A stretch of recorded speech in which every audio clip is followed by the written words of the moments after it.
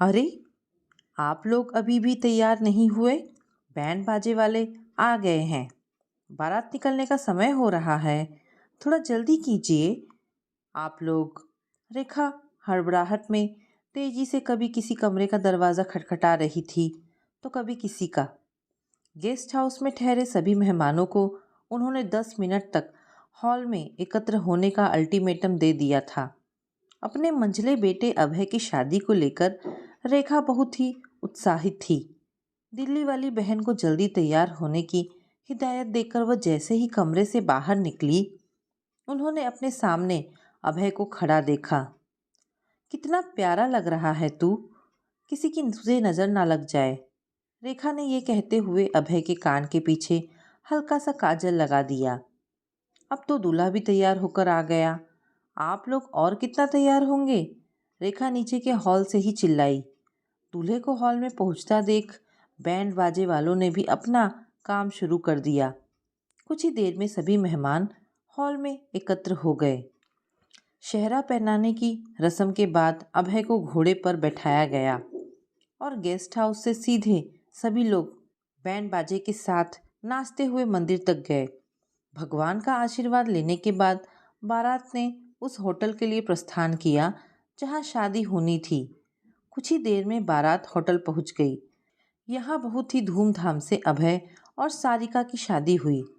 शादी के बाद जब सारिका अपने ससुराल आई तो रेखा ने सभी परिचितों और रिश्तेदारों से सारिका का परिचय कराते हुए कहा, यह हमारी गोल्ड मेडलिस्ट बहू सारिका है।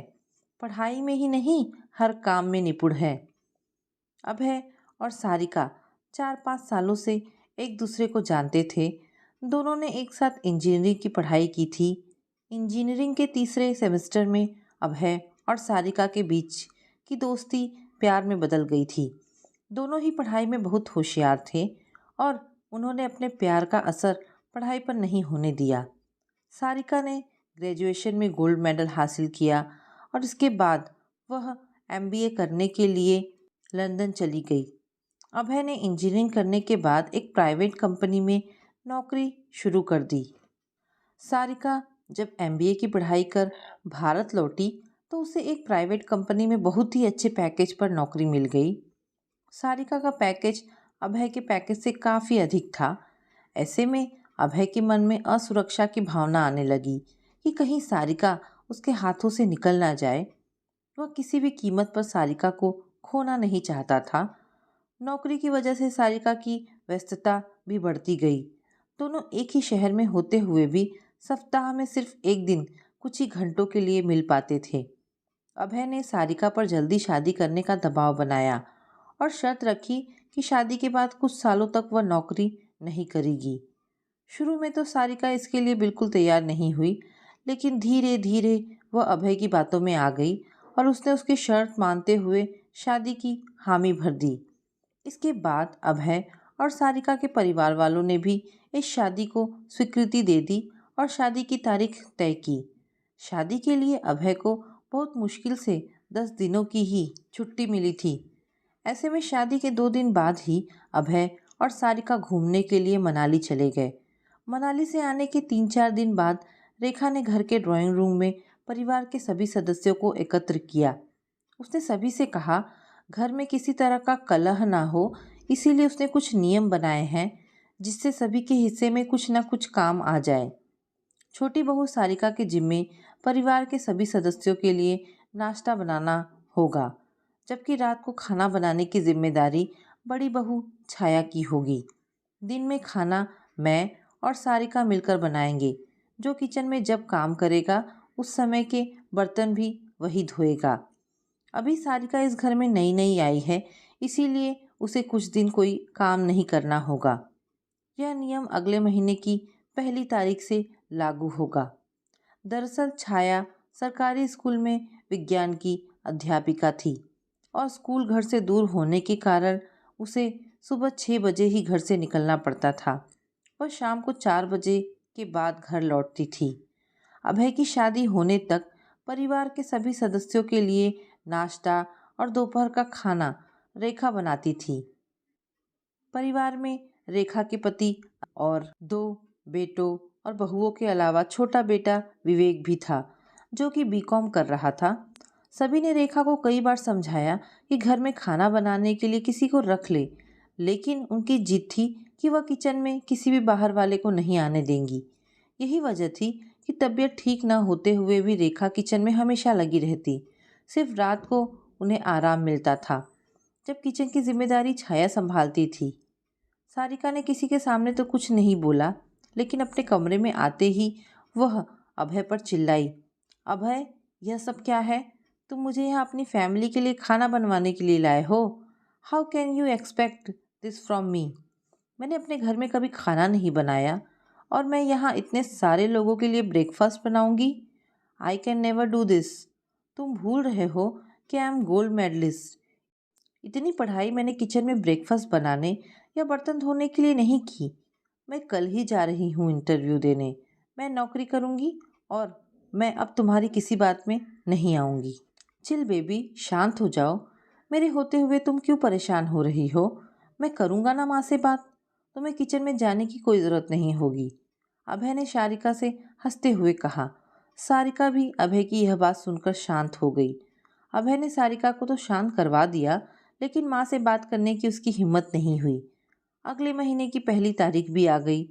रेखा सुबह 8 बजे से किचन के सामने रखी कुर्सी पर बैठकर सारिका के आने का इंतजार करती रही। विवेक भी कॉलेज जाने के लिए तैयार हो गया था और वह डाइनिंग टेबल पर बैठकर नाश्ते का इंतजार कर रहा था, लेकिन ना तो नाश्ते का कोई अता पता था और ना ही सारिका का। रेखा ने सारिका को कई बार आवाज़ भी लगाई, लेकिन वह नहीं आई। कुछ देर इंतजार करने के बाद रेखा अभय के कमरे के बाहर पहुंची और दरवाज़ा खटखटाया। अभय ने दरवाज़ा खोला और माँ को कमरे में आने के लिए कहा। अभय को भी यह याद नहीं था कि उस दिन महीने की पहली तारीख है। रेखा ने देखा कि सारिका बेड पर आराम से लेटकर अपने मोबाइल फ़ोन पर देख रही है और उनके कमरे में आने के बाद भी वह ना तो उठी और ना ही उसने रेखा की तरफ देखा। यह सब क्या है अभय? कम से कम तुम्हें तो याद होना चाहिए था कि आज महीने की पहली तारीख है और आज से सारिका को सुबह का नाश्ता बनाना है। विवेक कब से नाश्ते का इंतज़ार कर रहा है? रेखा ने गुस्से से अभय से कहा। माँ, मैंने आपसे कितनी बार कहा है कि किसी खाना बनाने वाले को रख लो, उसके पैसे मैं दे दूँगा। सारिका को किचन में कोई इंटरेस्ट नहीं है और इनफैक्ट उसे कुछ बनाना आता भी नहीं है, और वैसे भी वह बहुत पढ़ी लिखी है, गोल्ड मेडलिस्ट है, शादी के पहले इतनी बड़ी कंपनी में काम करती थी। उससे नाश्ता बनवाना या बर्तन धुलवाना क्या अच्छा लगेगा? अभय ने धीरे से माँ को देखते हुए कहा। वाह बेटा, क्या खूब कहा तूने। तू तो अभी से बीवी का गुलाम हो गया। क्या तेरी भाभी छाया पढ़ी लिखी नहीं है? क्या वह नौकरी नहीं करती है? उसने भी तो एमएससी में टॉप किया था। उसने तो कभी ऐसा नहीं कहा। और तेरी माँ क्या पढ़ी लिखी नहीं है? सारिका को खाना बनाना नहीं आता तो क्या सीख नहीं सकती? मैं हूं ना सिखाने के लिए। और यह तो तुझे पता ही है कि मेरे जीते जी इस किचन में कोई बाहर का व्यक्ति आकर खाना नहीं बना सकता है। रेखा की आवाज़ में गुस्सा था। रेखा के कमरे में आने के बाद भी सारिका अपने मोबाइल पर फेसबुक देखती रही। यह देखकर रेखा का गुस्सा और बढ़ गया, लेकिन उन्होंने उस समय सारिका को एक शब्द भी नहीं कहा। रेखा गुस्से में कमरे से बाहर आ गई। उसने देखा कि विवेक बिना नाश्ता किए ही जा चुका है। कुछ देर बाद बड़ा बेटा अजय और अभय भी नाश्ता किए बिना ऑफिस चले गए। बाद में रेखा ने अपने लिए और पति के लिए नाश्ता बनाया, लेकिन सारिका के लिए कुछ नहीं बनाया। सारिका काफ़ी देर तक इंतज़ार करती रही कि शायद कोई उसे नाश्ता करने के लिए बुलाएगा, लेकिन जब 12 बजे तब किसी ने नहीं बुलाया तो उसने परेशान होकर अभय को फ़ोन किया। अभय, तुम्हारी फैमिली तो मुझे भूखा मार डालेगी। 12 बज चुके हैं और अभी तक ना तो किसी ने मुझे चाय दी है और ना ही ब्रेकफास्ट। पता नहीं लंच भी देंगे या नहीं। I am really fed up. मैंने इस घर में नहीं रहना, बहुत हो गया। तुम आज ही कोई नया घर देखो, हम अलग घर में रहेंगे। And I am really serious. Sarika बहुत ही आक्रामक स्वर में बोली। अभय ने घर आने के बाद सारिका को बहुत समझाया, लेकिन वह अपनी जिद पर अड़ी रही। आखिरकार सारिका की जिद के आगे अभय को झुकना पड़ा और उन्होंने अलग 3 कमरे का फ्लैट किराए पर ले लिया। अभय को अपना घर छोड़ते हुए दुख तो हो रहा था, लेकिन वह बेबस था। शुरू में तो कुछ दिन सारिका और अभय परिवार के सदस्यों से मिलने के लिए नियमित रूप से आते रहे, लेकिन धीरे धीरे उनका आना कम होता गया। फिर कभी कभी अकेले अभय ही आते जाते घर आ जाता था। सारिका ने पहले दिन से ही घर में खाना बनाने और घर के अन्य कामों के लिए मेड रख ली थी। धीरे धीरे वक्त बीतता गया। अभय को परिवार से अलग हुए 2 साल बीत गए थे। सारिका ने भी एक कंपनी में नौकरी करना शुरू कर दिया था। एक दिन सुबह 9 बजे अभय रोज की तरह ऑफिस जाने के लिए तैयार हो रहा था, तभी उसके मोबाइल पर बड़े भाई अजय का फ़ोन आया। उन्होंने बहुत ही घबराई हुई आवाज़ में कहा कि विवेक का सीरियस एक्सीडेंट हो गया है और वह फटाफट अस्पताल पहुंच जाए। अभय हड़बड़ाहट में बिना सारिका को कुछ बताए अस्पताल पहुंच गया, लेकिन उसके पहुंचने के कुछ देर बाद ही विवेक ने दम तोड़ दिया। अभय और अजय ने माँ बाप को किसी तरह संभाला। रेखा जी का तो रो रो कर बुरा हाल था। वह कई बार बेहोश भी हो गई थी। सबसे छोटा होने के कारण रेखा का विवेक से लगाव बहुत ज़्यादा था। उसके चले जाने के बाद वह अंदर से टूट गई थी। अभय ने सारिका को जब यह खबर देने के लिए फ़ोन किया तो वह किसी मीटिंग में व्यस्त थी। उसने बिना कुछ सुने ही फ़ोन काट दिया। थोड़ी ही देर बाद अभय ने उसे व्हाट्सएप पर मैसेज किया, लेकिन मैसेज पढ़ने के बाद भी सारिका ने ना तो कोई जवाब दिया और ना ही फ़ोन किया। घर में दूर दूर से मेहमान आ चुके थे, लेकिन सारिका का कोई पता नहीं था। जब भी अभय उसे फ़ोन करता वो फ़ोन काट देती थी। शाम को 7 बजे के बाद सारिका ने अभय को फ़ोन किया और कहा कि ज़रूरी मीटिंग में व्यस्त होने के कारण वह बात नहीं कर सकी। अभय ने उसे तुरंत माँ के घर आने को कहा, लेकिन सारिका ने साफ मना कर दिया कि वह बहुत थकी हुई है और वह घर जा रही है। सारिका की यह बात सुनकर वह अवाक रह गया, लेकिन चाह कर भी सारिका को कुछ न कह सका। बड़ी बहू छाया ने अकेले ही सब कुछ संभाला। अगले दिन विवेक के अंतिम संस्कार से कुछ देर पहले सारिका घर आई और अभय के बहुत समझाने के बाद माँ के पास गई और उन्हें गले लगाकर रोने का नाटक करने लगी। थोड़ी देर में वह अभय को किनारे पर ले गई और साफ कह दिया कि उससे यह सब नहीं होगा। वह ऑफिस जा रही है क्योंकि उसकी ज़रूरी मीटिंग है। इसके बाद सारिका रोज 10-15 मिनट के लिए शक्ल दिखाने घर आ जाती थी।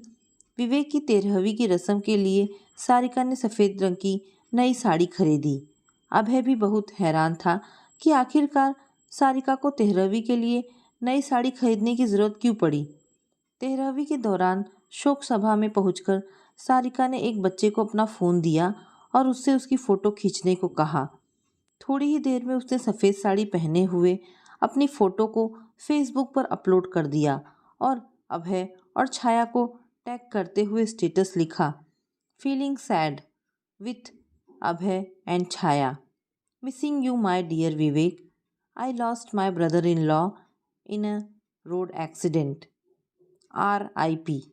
इसके बाद वह शोक सभा में बैठे हुए लगातार अपने मोबाइल फ़ोन पर चिपकी रही। हर थोड़ी देर बाद अपनी इस पोस्ट पर आने वाले कमेंट को देखती रहती। अभय ने जब यह सब देखा तो उसे बहुत दुख हुआ, लेकिन इसके बाद भी उसने सारिका से कुछ नहीं कहा। विवेक के जाने के बाद रेखा जी अक्सर बीमार रहने लगी।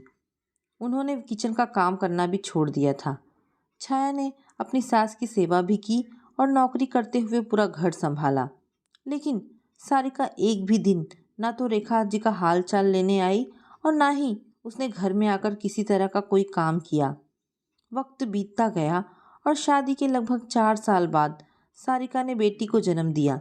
इस दौरान सारिका ने अपनी माँ को अपने पास बुला लिया था, लेकिन कुछ दिनों के बाद उसकी माँ भी यह कहते हुए अपने घर लौट गई कि वह सारिका के पापा को अकेला ज़्यादा दिन नहीं छोड़ सकती हैं। उनके बिना उन्हें दिक्कत हो रही है। सारिका के लिए अकेले बच्चे का पालन पोषण करना आसान नहीं था।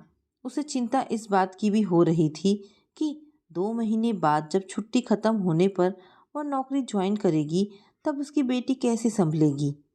सारिका की माँ ने भी स्पष्ट कर दिया था कि वह अपना घर छोड़कर नहीं आएंगी। बच्चे के साथ तो सारिका को दिक्कत हो ही रही थी। घर के काम काज के लिए रखी मेड भी इसी समय छुट्टी पर चली गई थी। सारिका ने अभय से कहा कि वो अपनी माँ को कुछ दिनों के लिए यहाँ बुला ले, लेकिन अभय ने यह कहते हुए साफ मना कर दिया कि जब माँ को उसकी ज़रूरत थी तो वह उन्हें सहारा तक देने नहीं गई। ऐसे में वह किस मुंह से माँ को यहाँ आने के लिए कहे। सारिका ने अभय को कई दलीलें भी दी, लेकिन अभय तैयार नहीं हुआ। दोनों के बीच इसी बात को लेकर रोज झगड़ा भी होने लगा। बच्ची के साथ सारिका घर में ही बंद गई थी। वह ना तो शॉपिंग करने बाजार जा पाती थी और ना ही अपनी फ्रेंड्स के साथ आउटिंग पर। अभय ऑफिस के लिए सुबह घर से निकलता था और देर शाम को लौटता था। अकेले ही वह किसी तरह घर का सारा काम करती थी और बच्ची को भी संभालती थी।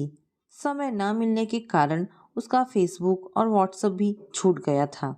फेसबुक पर वह इतना एक्टिव थी कि हर आधे घंटे में कुछ ना कुछ पोस्ट करती थी। उसके फेसबुक फ्रेंड्स भी हैरान थे कि सारिका को क्या हो गया है। सारिका को लगा कि उसे बच्ची की देखभाल के लिए फुल टाइम मेड रख लेनी चाहिए, लेकिन अभय इसके लिए भी तैयार नहीं हुआ। अभय ने सारिका पर नौकरी से इस्तीफा देने के लिए दबाव बनाया, लेकिन सारिका इसके लिए भी तैयार नहीं थी। सारिका बहुत परेशान रहने लगी। उसे बार बार अपने सास ससुर के घर से अलग होने की गलती का पछतावा होता था। उसे लगता था कि अगर वह उनके साथ रहती तो ना तो उसकी आज़ादी छिनती और ना ही उसे बच्ची को अकेले पालने में दिक्कत आती। घर में सबके साथ रहकर बच्ची की भी अच्छी तरह देखभाल हो जाती। वह रोज यही सोचती थी कि वहाँ तो सब मिलजुल कर काम करते हैं, उसके जिम्मे तो सिर्फ नाश्ता बनाना ही था, और यहाँ अकेले ही उसे मेड न आने पर सारा काम करना पड़ता है।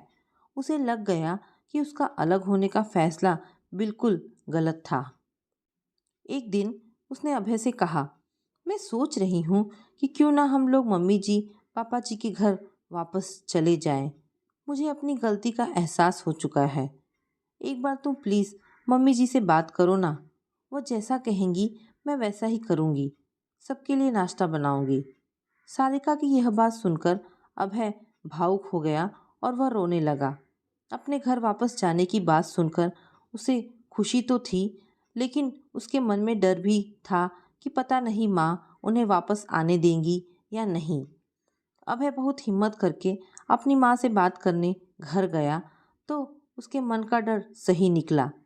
रेखा जी ने साफ मना कर दिया और कहा, बेटा अब तुम लोगों को हमारी ज़रूरत है, इसीलिए तुम यहाँ आना चाहते हो। जब हम लोगों को तुम दोनों की ज़रूरत थी तो तुम हमें छोड़कर चले गए थे। अभय को भी अपनी गलती का एहसास था, इसलिए उसने भी माँ को ज़्यादा समझाया नहीं और वह मायूस होकर घर आ गया। घर आकर उसने सारिका को जब माँ की बात बताई तो वह रोने लगी। वह पछतावे की आग में जल रही थी, जिससे उसे ठीक से नींद भी नहीं आती थी। रेखा ने अभय को मना तो कर दिया, लेकिन अंदर से वह बहुत दुखी थी। उनके मन में रात भर उधेड़-बुन चलती रही। बड़े बेटे का कोई बच्चा नहीं था। ऐसे में उन्हें लगता था कि अगर उनकी पोती घर में आती है तो बच्चे की किलकारियों से घर गूंज उठेगा। एक तरफ जहाँ वह सारिका को उसकी गलती का एहसास कराना चाहती थी, वहीं उसे अपने बेटे व पोती का भी मोह था। आखिरकार उन्होंने सुबह उठते ही अभय को फ़ोन किया और कहा, बेटा यह तेरा अपना घर है। इस घर में आने के लिए भला तुझे माँ से क्या इजाज़त लेनी पड़ेगी। जब तेरा मन करता है यहाँ आ जा, लेकिन हाँ, सारिका से कह देना कि चाहे जो हो नाश्ता तो उसे ही बनाना पड़ेगा। माँ की बात सुनकर अभय खुशी से उछल पड़ा। सारिका भी बहुत खुश थी। 3 दिन बाद वे अपना सामान लेकर वापस आ गए। सारिका और अभय ने सभी से माफ़ी मांगी। माँ ने सारिका को गले लगाते हुए कहा, बहू मैं तेरी सास नहीं माँ हूँ। तुमने घर छोड़ने का फैसला लेने में बहुत जल्दी कर दी थी। अरे कुछ दिन साथ रहती तो पता चलता कि मैं कैसी हूँ। रेखा की बात सुनकर सारिका फूट फूट कर रोने लगी और बार बार उनके पैर छूकर माफ़ी मांगती रही। इसके बाद सारिका का स्वभाव बदल गया। वह रोज सुबह जल्दी उठती थी और सभी के लिए नाश्ता भी बनाती। फेसबुक और व्हाट्सएप का इस्तेमाल कभी कभी करती थी। उसका स्वभाव बदला तो घर में उसके प्रति परिवार के अन्य सदस्यों का रुख भी बदल गया। सारिका खुश रहने लगी और उसकी बेटी कब 3 साल की हो गई उसे पता ही नहीं चला। उसे परिवार में सबसे साथ मिलजुल कर रहने का महत्व समझ आ चुका था।